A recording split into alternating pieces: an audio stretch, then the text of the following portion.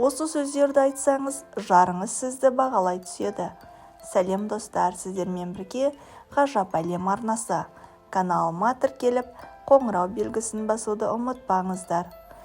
Қошемет жасағанды тек әйелдер ғана жақсы көрмейді.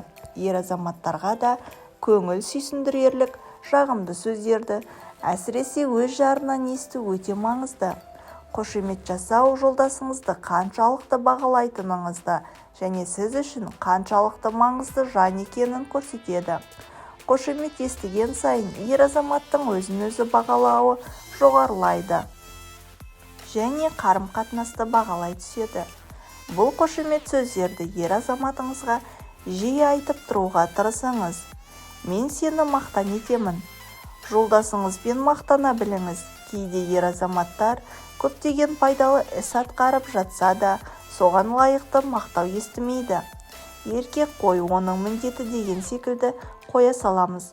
Алайда бұл дұрыс емес. Қандай да бір ісі үшін жарайсың деген мақтау естісе, ол сөзді екі есе жылы сезімге бөлейтін болады.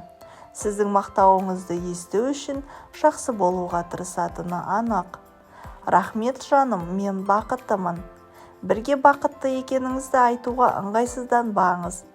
Ер азамат үшін әйелінің бақытты болғаны маңызды. Бақытты екенімді айтсам, дандайсып кетеді екен демеңіз.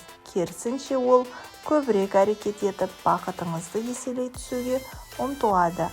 Мүмкін жолдасыңыз тамақты жақсы дайындайтын болар, немесе музыкалық аспапты жақсы ойнайтын шығар. Оның қай істі жақсы жасайтыны, қай қыры жақсы екені маңызды емес. Бастысы еңбегі мен талпынысын жоғары бағалайтыныңызды түсінуге мүмкіндік беріңіз. Осылайша өз-өзін жоғары бағалауға себепші боласыз. Керемет болып тұрсың. Тек әйелдер ғана емес, әдемі болып жүруді қалайды деп ойласаңыз қателесесіз. Ер азаматтар да өздерінің тартымды екенін айтқанды жек көрмейді. Егер еріңіздің тартымды болып тұрғанын айтсаңыз, ол өзіне сенімді бола түседі. Сондай-ақ, кез келген жағдайда қасында болатыныңызды айтуды ұмытпаңыз. Есімін атамаңыз. Күйеуінің атын атамай, отағасы, әкесі, бәке, жәке деп атап отырған әйелдерді көргенде жолдасы қандай адам екен, мықты біреу болып тұр ғой деп қызығып қалатыныңыз анық. Сөз адамның ойын ғана емес, бүкіл күйін өзгерте алады. Егер жолдасыңыздың атын атамай, осылай еркелете атайтын болсаңыз, онда оның өзін-өзі бағалауы ғана емес, жұрттың күйеуіңізге деген сый-құрметі де жоғарылайды. Әрине, сіздің де мәртебеңіз биіктеп қалады. Кейін өзіңізді де ханшайым, отанасы атанып қалуыңыз ғажап емес. Сенің қолыңнан келеді. Күйеуіңізге ол жоқ кезде көңілсіз, үйдің іші тартымсыз екенін жиі айтып тұруға тырысыңыз. Ер адам сезімін, көңіл-күйін көбіне ішінде жасырып қалады, жария ете бермейді. Әйел баласы ішіндегісін жылап болса да шығара алады. Ал ер азамат көз жасын көрсеткісі келмейді. Сондықтан күйеуіңізге сенің қолыңнан келеді, сен жетістікке жетесің деп жиі айтып, демеу беріп отырсаңыз, кез келген қиындығы жеңілдей түседі. Саған сенемін. Кез келген отбасының берік болуы үшін сенімнің алар орны бөлек. Бір-бірлеріңізге сенім артыңыз. Оның істеріне күмән келтіріп, сенімсіздік таныту ең үлкен қателік. Қандай жағдай болмасын, жолдасыңызға сенетініңізді айтып, арқа сүйеңіз. Бұл ісіңіз еріңізді жігерлендіріп, оның жауапкершілігін де арттырады. Сен менің қорғанымсың. Ер азамат әйелдің әлсіз екенін, өзінен қолдау күтетінін біледі.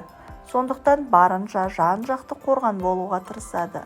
Егер жолдасы кез келген жерде әйелін сөзбен де, іспен де қорғай білсе, онда ол нағыз ер азамат. Еріңіз өз рөлін жақсы атқару үшін қорғаныңыз екенін, жанында өзіңізді жайлы сезінетініңізді үнемі айтып отырыңыз. Ол соған сай болуға тырысатыны анық. Дұрыс айтасың. Егер отбасында кез келген мәселенің нақты нүктесін ер азамат қоятын болса, онда ол еркектің өзіне деген сенімін ұлғайта түседі. Сен айтқандай істеп едім, Дұрыс болды, дұрыс айтқан екенсің деген сөздерді айтып тұрыңыз. Егер жолдасыңыз айтқан кеңес қажетіңізге жараған болса, онда оны мақтап тұрып жеткізіңіз. Рас, кейде келіспейтін, дұрыс емес болып қалатын кездерде болады. Тек ондай кезде сөзіңізді туралап бастаңыз. Сенің айтып тұрғаның дұрыс қой, бірақ деп басталған әңгімеден кейін ортақ шешімге ұрыссыз, керіссіз, жылдам келесіз. Отбасының бақытын сақтау үшін бір-біріңізді еркелете біліңіздер. Бар мақтауды аямаған жөн болар.